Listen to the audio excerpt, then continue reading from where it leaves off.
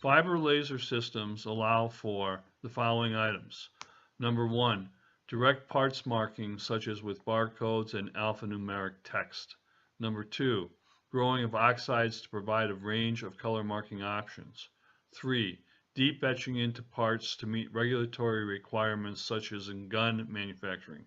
4. High contrast marking that works quickly and easily with machine vision for track and trace, e-ordering controls and tracking, and quick identification of items for inventory control, such as parts or components in toolkits or critical assembly parts on projects such as oil rigs.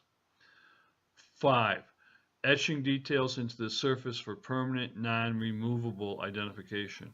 6. Fast, highly readable to the human eye and machine vision systems, color contrasting marking on plastics. For example, access cards used in control entry systems. Let us help you with your fiber laser needs. www.wlsc.com